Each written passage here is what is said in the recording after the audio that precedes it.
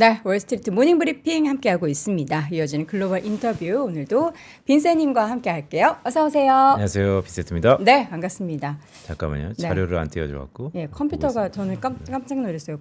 블랙 화면인 줄 알았는데. 그러니까 이런 게 있네. 설정이 되게 신기하네요. 그러니까 제가 안 했습니다. 약간 네. 보호하는 그런 모든가. 자, 오늘 이제 잠시 후에는 저희가 김현수 위원을 모시고 또 2차 전지 얘기할 텐데 그 네. 전에 앞서서 매일매일 저희가 투자의 아이디어를 듣는 하루에 하나 또 안 들을 수가 없죠. 네. 뭐 준비하셨죠?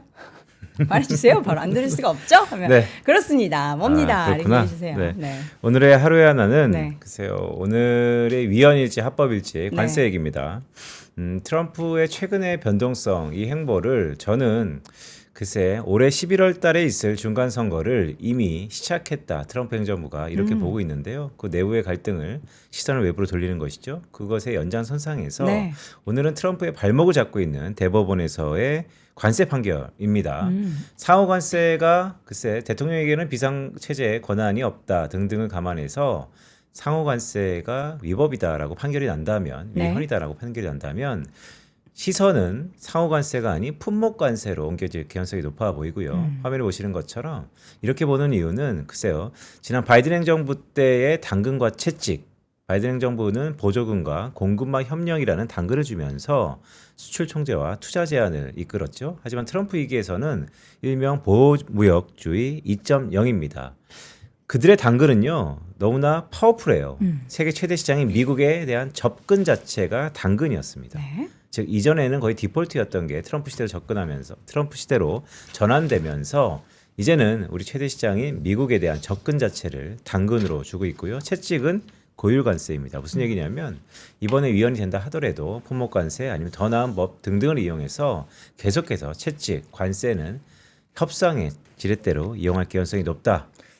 오늘의 이 불협화음은 금융시장에 미치는 영향보다는 오히려 위헌이 됐을 때 또 다른 품목 관세에 더 이면에 나타나는 불확실성을 우리는 경계해야 된다라는 말씀도 드립니다. 네, 위헌일 때 품목 관세. 그러니까 이렇게 되면은 우리가 더 뭔가 복잡해지는 거 아니에요? 기업들 입장에서 나라도 그렇고. 적응할 만하면 복잡해지고 그러니까요. 적응할 만하면 복잡해지고. 근데 또 이미 한번 관세 관련해서 우리가 다 뭐 이게 때려 맞아도 네. 다 이렇게 해결책이 있구나 네. 이런 것들을 경험을 했기 때문에 그렇다고 이게 뭐 시장을 지난 네. 뭐 4월처럼 엄청나게 막 흔들고 그럴 만한 이슈는 또 아니죠. 지난 4월은 사후적으로 보면 네. 기회였습니다. 그렇죠. 네. 여러분들 흔들리는 것을 기다리셨던 분들은 오히려 또 이러한 부분들을 잘 활용해 보시는 것도 좋을 것 같습니다. 자, 최근에 흔들렸다가 다시 또 기세 등등하고 있는 섹터가 있죠. 바로 배터리 2차 전지 이야기입니다. 이분 작년에 저희가 연말에 모시려고 했는데 네. 너무 바쁘셔가지고 겨우겨우 오늘 또 근데 오늘 모셨습니다. 타이밍이 좋은 것 같아요. 네, 하나증권 기업분석실 배터리 왕자 김현수 연구위원 함께합니다. 어서 오세요, 위원님. 어서 오세요. 안녕하십니까. 맞아, 우리가 별명을 베라왕이라고 줬죠. 배터왕. 네, 배터리 배터리왕. 왕자. 그렇죠. 아니 위원님 네. 최근에 2차 전지가 다시 또 흐름이 확 달라졌어요. 네, 맞습니다. 저는 이제 미국의 앨범알 주가 보면서 깜짝 놀랐거든요. 우리는 사실 우리나라 기업들은 그렇게 오르지 못했는데 요새 이제 관련한 시장에 있어서는 뭐 때문에 이렇게 갑자기 확 좋아진 거라고 우리가 생각하면 됩니까? 네, 일단 한국 배터리 기업들 같은 네. 경우는 정말 딱 오늘 방송일자 기준으로 한 최근 한 2, 3일 정도 급등을 했는데 답은 가격에 있다라고 봅니다. 업황에 바뀐 건 없죠. 전기차 여전히 네. 안 좋고요. 그리고 관련돼서 기억하시겠지만 연말에는 전기차 계약 관련한 수주 취소 공시도 많이 나왔거든요. 네.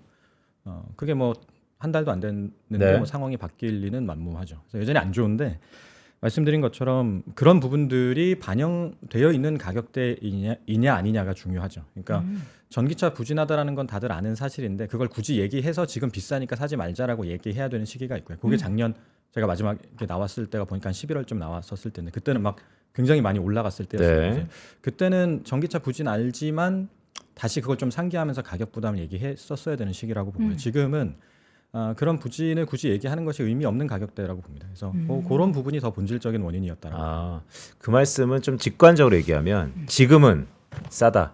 그렇죠. 그러니까 절대 밸류에이션은 보시면 싸다라고 보기는 어렵지 않습니까? 저희 여전히 12개월 포워드 PER은 아직 적자인 기업들이 있기 때문에 뭐 말도 안 되게 비싼 기업들 많이 있습니다. 근데 저희의 밸류에이션 기준 시점은 보통 한 3년 정도를 기준으로 산출을 하는데 그 기준으로 보면 저희의 히스토리컬 PER 봤을 때 조금 밴드 하단까지는 내려와 있다라고 보고 있습니다.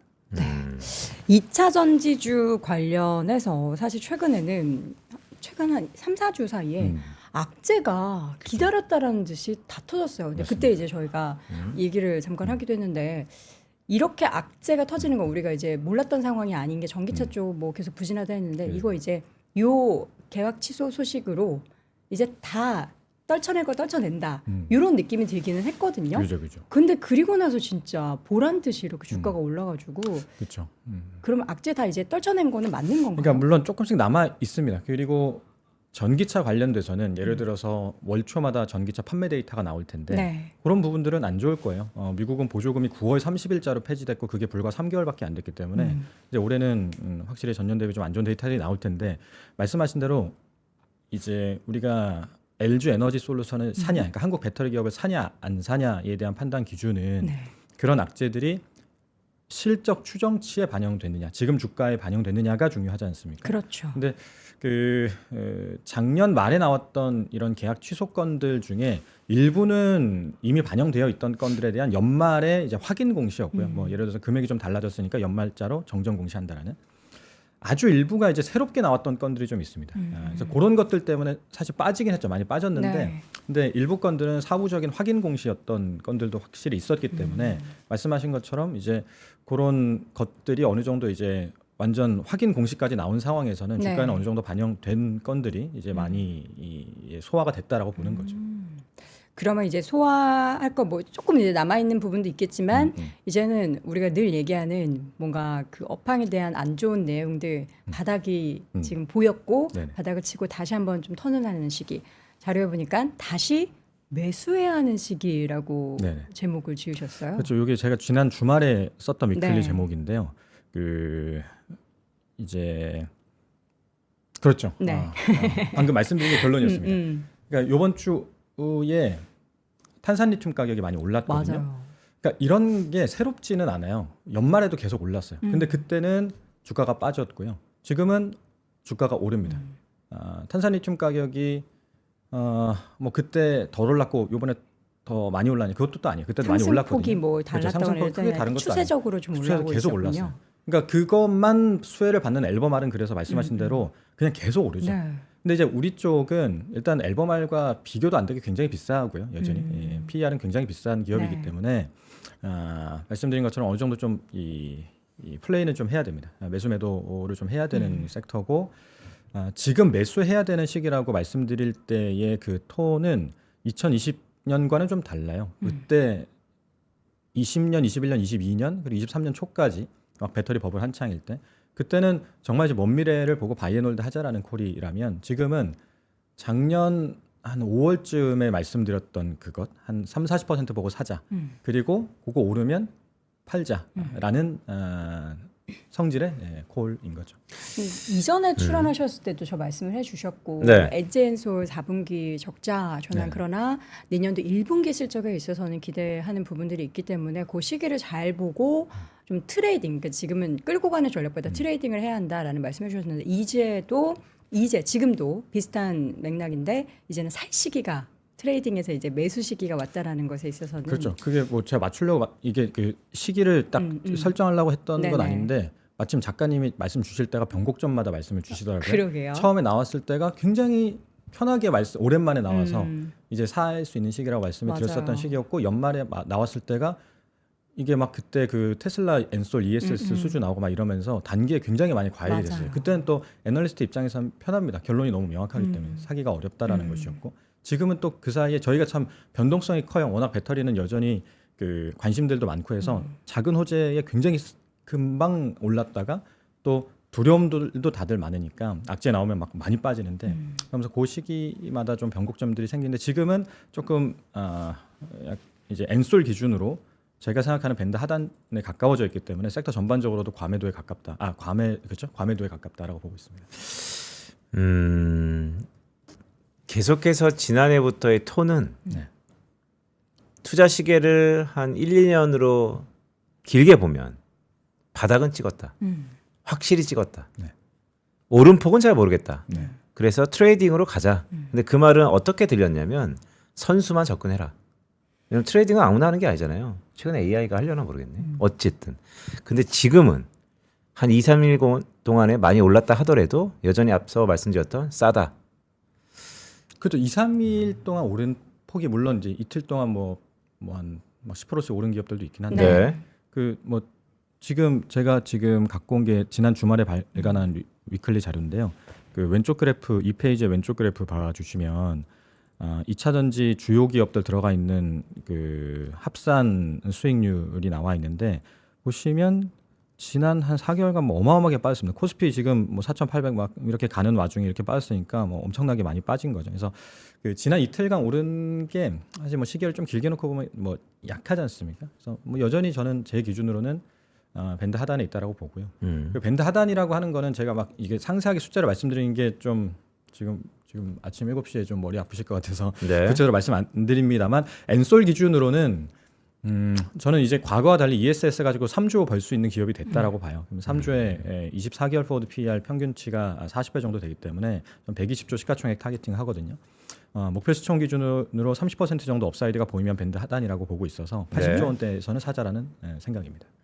업사이드 30% 정도가 앞으로 2차 그쵸. 전지의 기본적인 그렇죠. 근데 이제 네. 저희가 보통 기관 투자자들 대상 세미나를 많이 하지 않습니까? 그리고 기관은 상대 수익률의 게임을 하잖아요. 그래서 네. 어떤 게임을 하느냐에 따라서 저희 섹터의 활용 가치가 달라지죠. LG 엔솔 포함한 배터리 섹터는 시가총액이 워낙 크기 때문에 BM 플레이를 하는 상대 수익 플레이를 해야 되는 기관 입장에서는 이 30%가 굉장히 귀하죠. 네. 근데 제가 예를 들어서 뭐 명절 때 친척들한테 30% 보고 사지 이건 아무 의미가 없지 않습니까? 그러니까 이제 제가 PB 분들 만날 때는 LG 엔솔 30% 보고 사자라고 말씀드리기가 어렵죠. 그러니까 이거는 내가 어떤 게임을 하느냐에 따라서 선택이 달라지는 건데 말씀하신 대로 그러면 결국은 기관 입장에서 상대 수익률 관점에서 LG 엔솔이 지금 매력적인 거지. 지금 절대 수익 관점에서 지금 지수가 이렇게 많이 올라 있고 다들 눈높이가 높아져 있는데 네. 뭐 50% 이상의 절대 수익을 기대하실 텐데 네. 섹터에서 그걸 보고 지금 사자라고 말씀드리는 것은 아닙니다. 그렇죠. 그게 되게 중요한 멘트입니다. 네. 뭐냐면 선수들이야 BM 대비 여러 가지 전략이 있죠. BM 대비. 네. 벤치마크 대비 벤치마크. 여러 가지 전략이 있죠. 다만 작년에 코스피 지수가 75% 이상 떴기 때문에 그죠. 더구나 지금 한 2주 동안의 행간을 보면 오히려 기대감은 훨씬 높아요. 그죠. 그러면 이제 명절도 앞뒀으니까 일반 분들이 기대 수익률을 크게 갖고 시계를 한 1년 반, 2년 동안 볼 그런 종목은 뭡니까? 배터리에서요. 네. 근데 그 어쨌든 개별 종목에서는 그러니까 일단 개별 종목 선택할 때 그 개인 투자자 분들에게 저희가 그 지점 가서 설명을 드릴 때는 제가 갖고 있는 나름의 기준이 3년에 2배거든요. 오. 3년에 3년에 2배. 두 그러면 배. 연평균 수익률 한 30%씩 나오는 네. 거지 않습니까? 네. 3년에 2배에 부합하는 그 기준에 부합하는 기업은 제 섹터에서는 지금 보이진 않습니다. 냉정하게 딱 말씀을 해주셔서 더 아니요. 이제 그 말은 신뢰가 그건 갑니다. 뭐냐면 이 난무한 불확실성 속에서 네. 지금보다 어떠한 이유로든 가격이 좀 더 내려가면 그때는 또 컨비션 콜을 하시잖아요. 그렇죠, 당연히 그렇습니다. 그래서 그때를 저는 이제 기다리고 있고. 그렇죠. 특히나 아까 말씀 주셨던 것처럼 아까 그 보여드렸던 그 상대 수익률 봐주시면 네. 이 페이지 왼쪽 그래프인데요. 그러니까 코스피가 진짜 2배 올랐잖아요. 그 시기에 저희 섹터 갖고 있었으면 단순히 빠지는 게 문제가 아니라 상대적 박탈감 때문에 맞아요. 일상생활을 영위하기가 어렵습니다. 맞아요. 그렇기 싸움 때문에 났어요. 싸움 그렇죠. 났어. 그래서 진짜 그 잘 판단을 해야 되기 때문에 네. 더더욱 좀 더 정교하게 말씀을 드려야 된다고 그래요? 보고 있습니다. 알겠습니다. 그러면 분위기 환기 차원에서 네. 제가 알고 있는 한 글쎄 제가 알고 있는 한 3%에서 CES 갔다 온 유일한 애널리스트일 거예요. 아마. 그래 이거 CS 보통 갔다 오면 보통 많이 나오지 않습니까? 많이 나오죠. 근데 일단은 아직은 하긴 없었어요. 며칠 안 됐으니까. 네. CES 갔다 오셨잖아요. 네네. CES의 결과물은 어제까지 현대차입니다. 맞습니다. 단연 현대차예요. 근데 그렇죠. 현대차는 이제 뭐 이런 배터리 쪽이라기보다는 로봇 쪽이죠. 근데 제가 갔던 이유가 네. 저희의 3대 전방 수요가 전기차, ESS 로봇이지 않습니까? 그렇죠. 그렇기 때문에 제가 갔던 거거든요. 로봇이 얼마나 또 수요를 많이 끌어올릴까. 그렇죠. 그리고 이제 전기차는 단순히 전기차라고 하는 어떤 동력원에만 집중을 하는 게 아니라 자율주행차와 연결이 되는 것이기 때문에 네. 그렇고요. 그래서 봤는데 꼭 우리나라 기업이라서가 아니라 지금 피지컬 AI의 핵심인 이 자율주행차 그리고 조금 더 나아가서 로봇 그리고 로봇이 생산 수단을 대체할 때 노동력을 대체할 때 필요로 하는 부분이 이제 디지털 트윈과의 접목인데 네. 그 부분이 공장에서 구현될 때 어떤 모습으로 구현될지에 대해서는 현대차가 제일 잘 구현했다고 봅니다. 그래서 뭐 제 섹터는 아니지만 나중에 이제 송선재 위원님도 나와서 말씀을 드릴 텐데 현대차와 그 밸류체인 지금 보면 현대차 그만큼 오르고 어제 모비스가 20% 올랐잖아요. 네. 그러니까 뭐 이 정도 시가총액 되는 기업이 20% 오른다는 건 상당한 상징성이 있는 건데 이게 주는 함의가 있다라고 보고 실제 CS에서는 말씀드린 대로 꼭 말씀 주셔서가 아니라 그리고 우리나라 기업이라서가 아니라 상당히 좋은 청사진을 제시했다고 보고 있습니다. 저는 뭐에 좀 집중하고 있냐면 저희 시청자분들도 이런 시각이 이제 다각적으로 필요한데 당연히 자동차 애널리스트가 바라보는 현대차가 있겠죠. 미래 로봇에 대한. 하지만 이외 섹터가 바라보는 CES와 거기서 주인공이 되는 현대차의 느낌이 좀 다를 것 같고 그렇죠. 그리고 가장 제가 봤을 때는 한 2스텝 정도인데 자율주행도 있고 ESS 있으니까요. 김현수 애널이 바라본 이번에 CES의 총평이 좀 궁금했어요. 네, 그 피지컬 AI라고 하는 표현은 이제 많이 익숙하실 텐데요. 그 피지컬 AI라고 하는 것의 정의를 해보면 그동안은 이제 클라우드 기반의 추상적 개념에 머물렀었던 AI가 물리 세계로 넘어와서 우리의 피부에 와닿는 삶의 변화를 가져온다라는 게 정의지 않습니까? 그렇게 피부에 와닿는 일상을 바꿀 때의 핵심 키워드는 저는 두 가지라고 봅니다. 네. 이동수단과 생산수단. 이동수단과 생산수단의 피지컬 AI가 들어왔을 때 우리의 삶을 많이 바꿀 것이고 이동수단은 자율주행 자동차로 구체화될 것이고 생산수단은 로봇이라고 하는 노동력 대체 수단으로 표현이 될 것입니다. 그 부분에서 먼저 자율주행 쪽은 확실히 지난 2년간 레거시 오토메이커들 우리가 잘 아는 뭐 GM, 포드, BMW 이런 기업들이 이제 점점 고민이 깊어지고 있다라고 하는 것을 저는 느꼈습니다. 네. CES가 한때 베가스 오토쇼로 불렸거든요. 2010년대 중반부터 자동차 기업들이 이제 자동차가 전장화되니까 와서 아주 담대한 로드맵을 제시했었습니다. 근데 작년, 재작년 일단 독일 3사 중에 BMW만 작게 부스를 차렸고 GM, 포드는 오진 않았고요. BMW는 와서 얘기하는 게 뭐 외장 컬러 바꾸고 뭐 이런 이제 본질적이지 않은 부분이었어요. 그런 와중에 이제 엔비디아는 계속해서 생태계를 확장해 나가고 있죠. 그래서 레거시 오토메이커들이 확실히 고민이 깊어지고 있고 자동차 산업에서 레거시들의 영토가 좁아지고 있음을 확인할 수가 있었고요.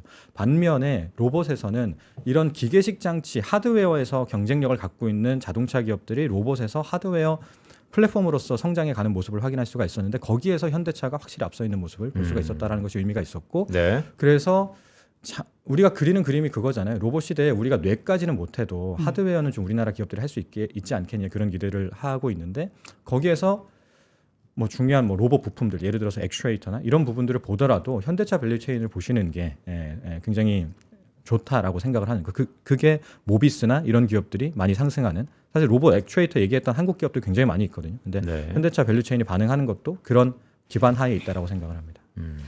그 피지컬 AI의 그 현실화 그리고 그에 따라서 배터리 수요가 폭증하는 시기는 언제쯤이 될까요? 그걸 저희의 언어로 치환해 보면 결국 이제 휴머노이드 로봇이 증가하면서 네. 수요가 증가하면서 이제 배터리 수요가 언제 증가하느냐라고 볼 수가 있을 텐데 왜냐하면 네. 피지컬 AI의 구체화 중에 제일 핵심이 이제 로봇이니까요. 근데 이제 로봇은 대당 탑재 용량은 전기차 대비 한 20분의 1 정도 됩니다. 전기차가 지금 한 대당 한 70kWh 정도 들어가는데 휴머노이드 로봇이 한 2, 3kWh, 뭐 평균적으로 한 3, 4kWh 들어가니까 뭐 굉장히 적어요. 대신에 지금 일론 머스크가 얘기하는 건 인구 한 명당 휴머노이드 로봇 한 4대에서 5대 들어갈 수 있다 이렇게 얘기를 한단 말이에요.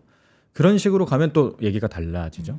아무리 한 대당 탑재 용량이 적어도 많이 들어가니까.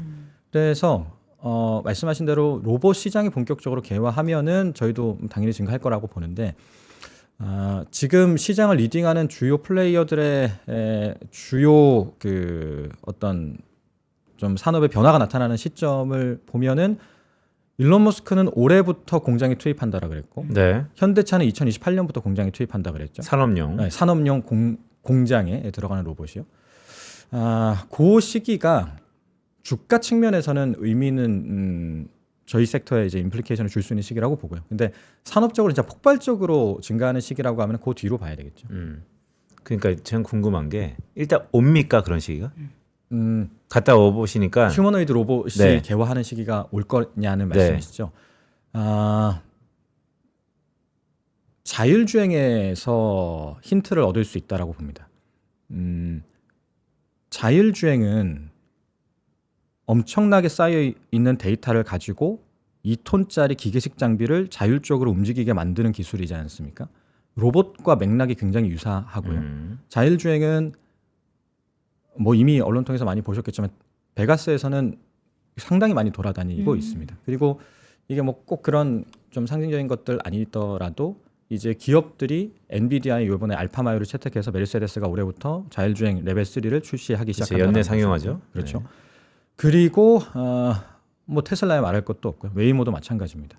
그게 진짜 CS 제가 지금 4년 연속으로 갔는데 4년 전에는 이거를 부스에서 이렇게 하겠다라고 영상 보여주는 거였거든요. 근데 작년에는 샌프란시스코에서 FSD 되는 테슬라 빌려가지고 베가스까지 오는 매니저들도 있었었고 네. 올해는 아예 그냥 도심을 돌아다닌단 말이에요.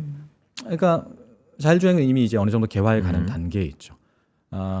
로봇으로 넘어오는 단계에 있다라고 봅니다. 그래서 시기는 제가 이거야 뭐 이제 정말 이제 다양한 산업에 엮여 있는 것이니까 각자의 의견들이 있으실 텐데 정해진 미래라고 보고 있습니다. 그래요. 왜 이렇게 말씀드렸냐면 제 기억에 배터리의 주가 측면에서 미래에 대한 이 무한한 꿈을 바로 기대 섞인 현실화 밸류에이션을 했던 그 시기에는 자율주행, 전기차 시대가 온다. 그것도 빨리.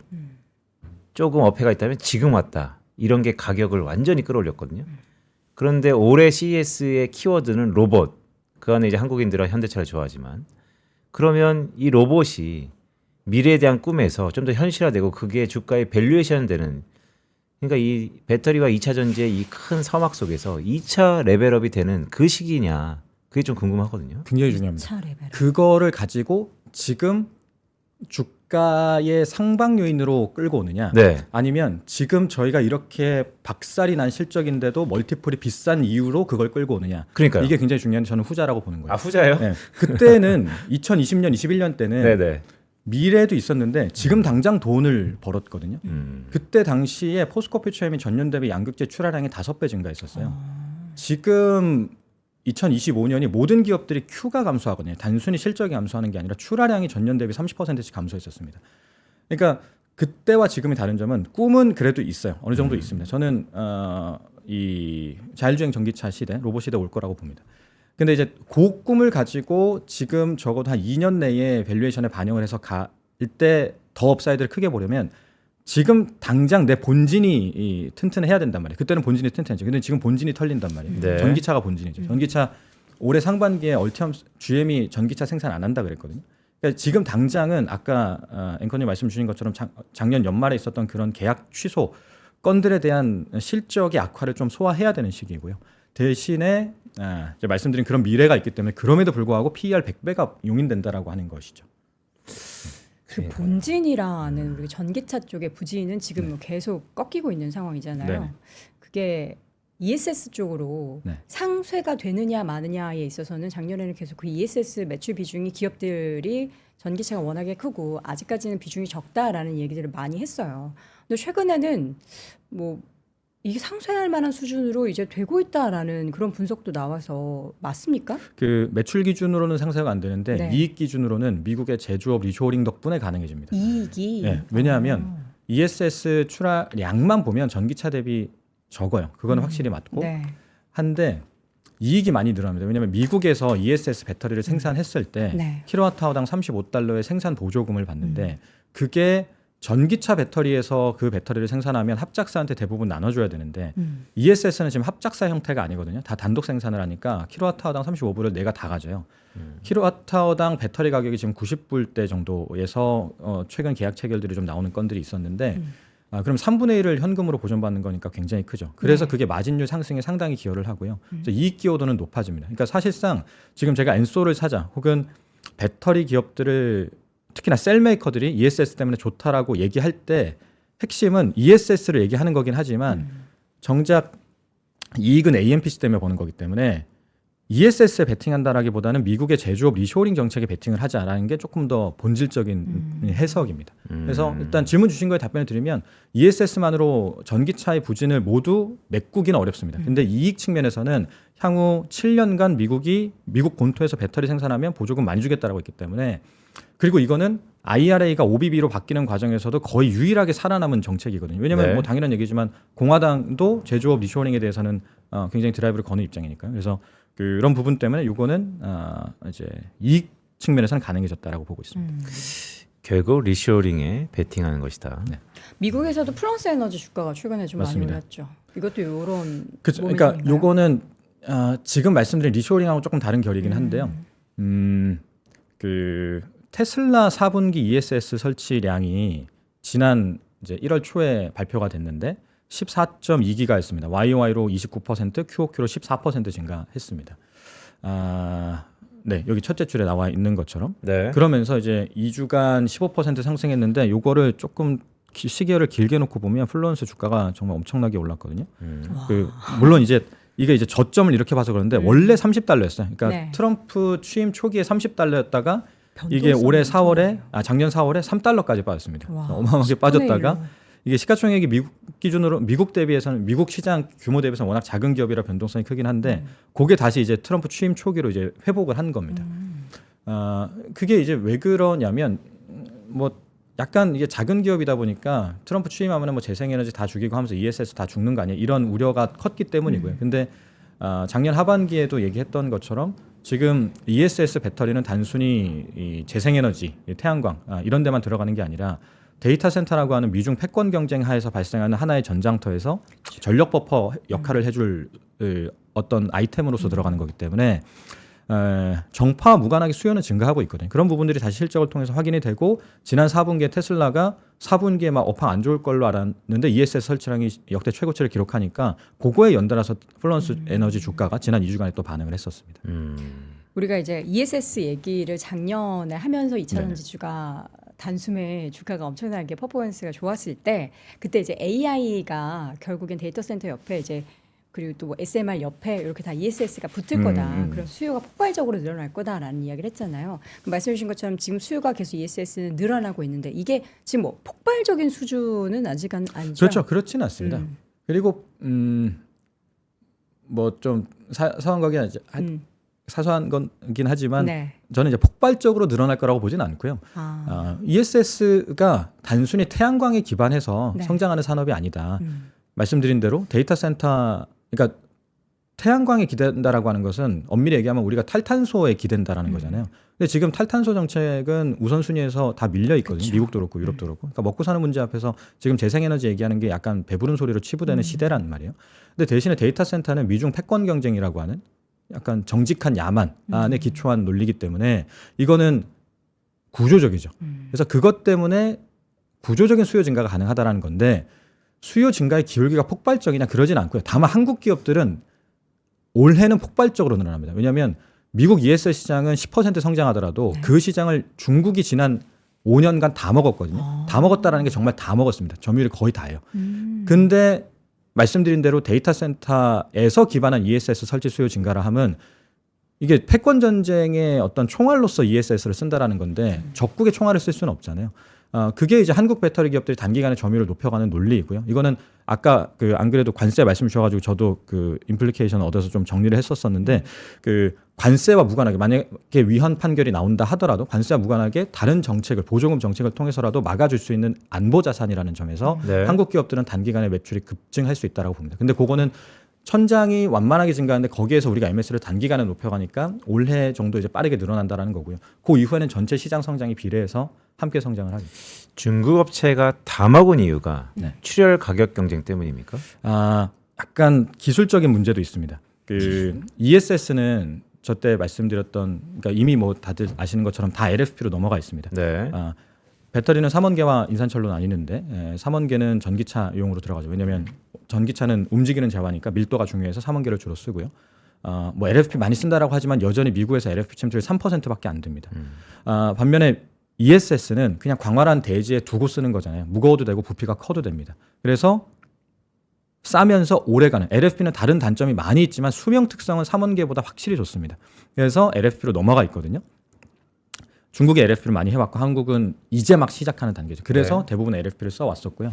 거기에 이제 가격도 말씀하신 대로 싸니까 LFP로 넘어왔었었는데 다 그러니까 중국으로 넘어가 있었던 상황이죠. 그러니까 기술력에 확실히 선택과 집중의 전략적 차이가 있었군요. 적어도 ESS에 있어서는 LFP로 넘어간다라는 것에 대한 그 전략의 차이가 좀 성패를 갈랐었던 상황입니다. 근데요, 올해 그렇게 우리나라 배터리 관련한 기업들의 ESS에 대한 매출이 그렇게 늘어난다라는 얘기를 굉장히 많이 늘어난다라는 이야기를 하시면서 주가의 그 상승률은 30%로 제한을 둔다라는 건 좀 아쉬운데요. PER 100배라서 그렇습니다. 비싼 주가라서. 이게 그리고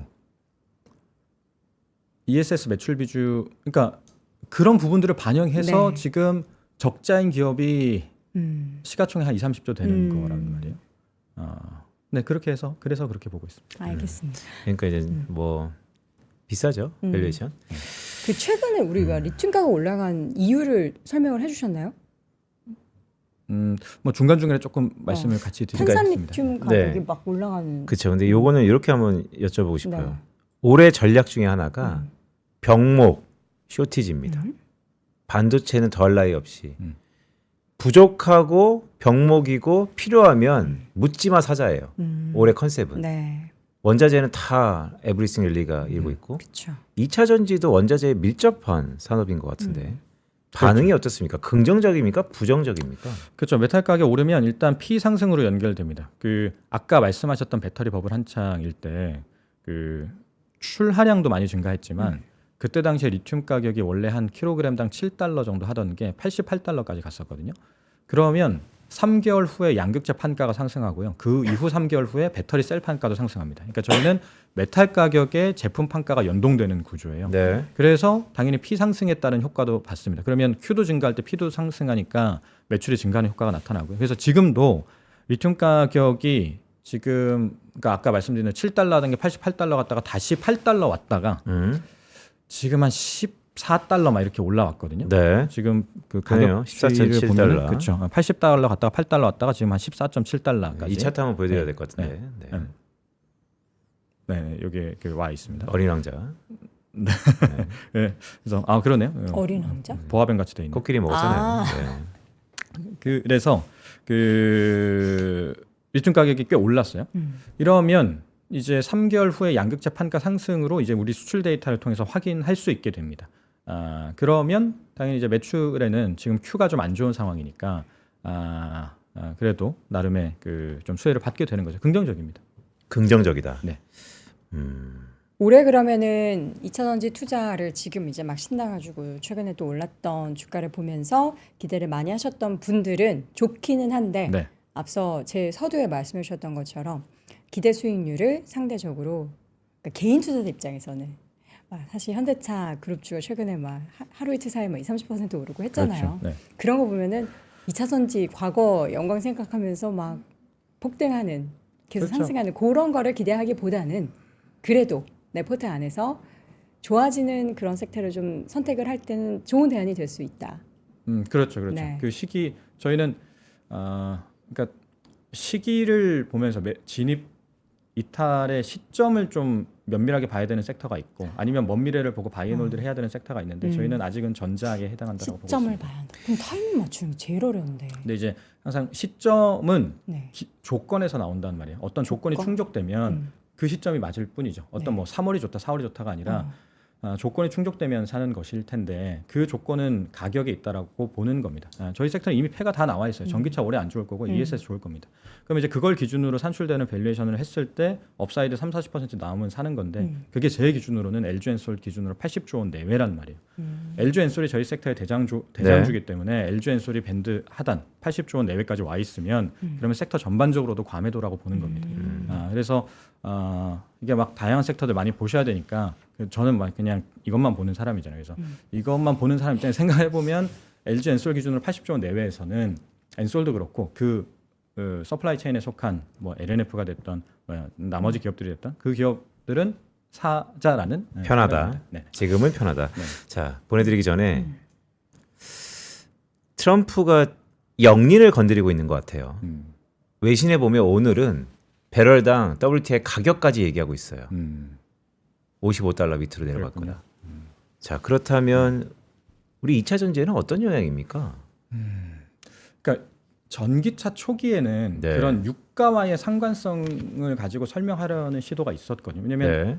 미국 소비자들 입장에서는 당장 배럴당 유가 계속 빠지면 당연히 이제 내연기관차의 그 총 소유 비용이 낮아지니까, 그러니까 내연기관차가 매력적으로 점점 매력적이 되니까, 그럼 이제 전기차 구매 유인이 좀 줄어든단 말이에요. 근데 요즘은 그렇게 보지는 않습니다. 그거와의 상관성이 좀 떨어진다라고 보는 게, 애초에 전기차의 성장 동인이 단순히 TCO 매력도가 아니라 네. 말씀드린 대로 이제 자동차가 점점 자율주행화되고 스마트카로 넘어가는 과정에서 그 전제 조건으로서 전기차를 선택하는 것이기 때문에 약간 그 상관성이 좀 떨어져 있다라고 보고 있습니다. 그래요. 그러면 바꿔 얘기하면 전략적으로 지금의 베네수엘라, 이란 등등 이 유가를 흔들리는 이 지정학적 리스크에서 살짝은 독립적이고 무차별할 수 있다는 2차 전지. 맞습니다. 그렇죠. 그 변수가 막 맹폭을 할 때 그것 때문에 막 휘둘리는 주가들이 있을 거지 않습니까? 네. 저희는 거기에서는 좀 상대적으로 상관 관계가 좀 떨어진다라고 보고 있습니다. 답 나왔네요. 그러니까 우리가 막 이거를 이제 장기 홀드해서 이제 과거의 영광을 누리고자 하는 분들이 되게 많으실 거예요. 다시 한번 2차 전지, 2차 랠리 가자라고 하는데, 뭔가 랠리를 만들기 위해서는 조금 더 우리가 확인해 봐야 될 내용들, 그리고 진짜 본업이나 그 숫자가 제대로 찍혀야지만 그 얘기를 할 수 있을 것 같은데. 그렇죠. 제가 2년간 그 질문을 진짜 많이 받았거든요. 네. 계속 엄청 빠졌잖아요. 네, 그리고 네. 중간중간에 잠깐씩 오를 때가 꽤 많이 있었어요. 맞습니다. 그래서 지금이니 하는 질문이 많았단 말이에요. 지금이니. 근데 지금 좀 더 기다려야 지금이니요? 된다고 아직이니요? 난 아직이니라고 얘기했던 것 같은데. 그러니까 이제 막 올라가니까 네. 그러니까요. 지금이 이제 뭔가 이제 대대적인 공세 시작이냐라고 지금이니? 물어보시는 시점이 많았는데 저는 지금은 자잘한 전투다. 아직은 뭔가 이제 뭔가 상륙 작전을 할 시기는 네. 아니다라고 보는 겁니다. 공성전 본격적으로 막 발전이네. 이렇게 뭐 전투하고 전쟁 벌이는 그래서 건 아닌데 아직은, 좀 눈치를 보네. 네, 아직은 그런 시기입니다. 알겠습니다. 적진에 들어가기에는 조금 이르고 이게 변두리에서 한번 지켜보는, 지금이니 하면은 이제 김현수 우리 위원님께서 지금이다 하고 얘기를 해주실 거니까 기다려 주시기 바랍니다. 자, 오늘 글로벌 인터뷰 2차 전지 이야기 오랜만에 해봤습니다. 하나증권 기업 분석실 김현수 연구위원과 함께했습니다. 고맙습니다. 고맙습니다. 감사합니다. 네, 우리 김 의원님이 되게 재밌어지신 것 같아요. 원래 지금은? 유쾌해요. 아, 그래요? 원래 되게 사석에서 심각하게 얘기를 많이 하시는데 오늘은 좀 유쾌하게 해주셨어요. 팔방민, 배라왕. 제가 제일 좋아하는 애널리스트예요. 오늘은 빈센트님보다 더 사실 더 좋아합니다. 예, 개인적으로. 바람직합니다. 네. 내일은 또 어떤 애널리스트 좋아할지. 네. 제가 지금 되게 더워요. 여러분 밖에 되게 추운데 요거 패딩은 저희 오늘 3프로 핫딜에서 판매하는 제품이라서 여러분께 보여드리려고 입고 있는 거고요. 영하 11도니까 카누 꼭 함께 하시고, 또 함께 하셔야 될 게 있습니다. 3프로 미국 투어 저희가 진행될 때마다 6박 8일은 이제 일주일 정도 휴가를 내야 하니까 좀 부담스럽고 좀 더 가볍지만 인사이트는 꽉 찬 투어도 만들어주시면 안 될까요? 라는 문의가 굉장히 많았다라고 합니다. 그래서 저희가 이번에 미국만 가는 게 아니고 상해 준비했잖아요. 3일절 연휴를 활용해서 부담 없이 떠나는 글로벌 드림 투어 인 상해를 준비를 하고 있습니다. 중국 산업의 요충지이자 제조와 무역부터 또 금융까지 압도적인 성장을 이뤄내고 있는 상해에서 여러 번 소개해드렸던 복단대 그리고 상해 교통대 재학생을 함께 만나면서 멘토링 받을 수 있고요. 상해 임시정부 청사 역사 탐방 그리고 빅테크 기업 현직자와의 만남도 준비하고 있습니다. 상해 투어도 지금 현재 잔여석이 얼마 남지 않았다라고 합니다. 이게 2월도 있고 지금 3일절 연휴도 함께 있는 것 같습니다. 자세한 사항은 영상이나 링크 혹은 바로 문의하기 전화번호도 안내되어 있으니까요. 제가 가잖아요. 그러니까 2월에 가시잖아요. 근데 3프로 드림 투어 아니면은 그 복단대학교 재학생 만나서 이야기하고 이런 거 못 해요. 그러니까 함께 하시기 바랍니다. 자, 자세한 사항 영상에다 링크 확인해 주시고요.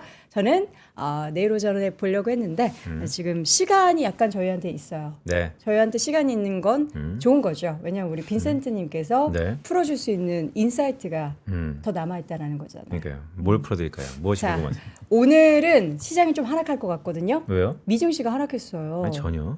어제 우리 증시가 반도체가 좀 빠졌거든요. 네. 이게 수급이 자동차로 조선으로 방산으로 막 이렇게 퍼지는데 어떻게 여주사 네, 전형적으로 방향성이 모호한 즉 주도주가 자칫 부침이 있음에도 불구하고 네. 코스피 인덱스가 올랐다는 것은 투자자 하시는 분들이 고민이 많은 시기죠. 왜냐하면 그쵸. 바뀌나 컨셉이 더구나 외국인이 개인들이 가장 많이 샀던 종목이 주춤하는데에 대한 우려감. 그렇죠. 또한 다크호스로 CES라는 빅 이벤트가 끝나고 현대그룹 계열사들의 모든 시선이 집중되고 있단 말이죠. 네. 실제 주가는 거기에 화답하고 있고 사실 이번 주에 가장 큰 이벤트는 JP 모건 컨퍼런스예요. 그렇죠. 근데 바이오는 도대체 어디가 있나?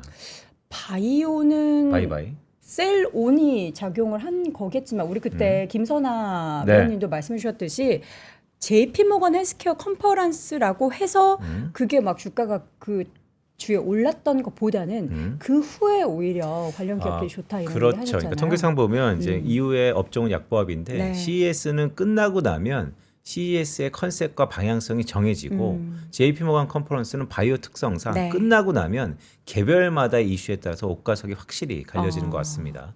하지만 SK하이닉스의 실적 발표가 일주일 남았습니다. 네. 지금부터 다시 한번 저는 여전히 주더지를 사라. 지금이니? 네, 지금이라고 합니다. 자, 여러분 오늘도 국장에서 또 성공 투자하시기 염원하도록 하겠고요. 저희는 내일 미장 소식 들고 6시에 다시 돌아오겠습니다. 여러분 오늘도 고맙습니다. 고맙습니다.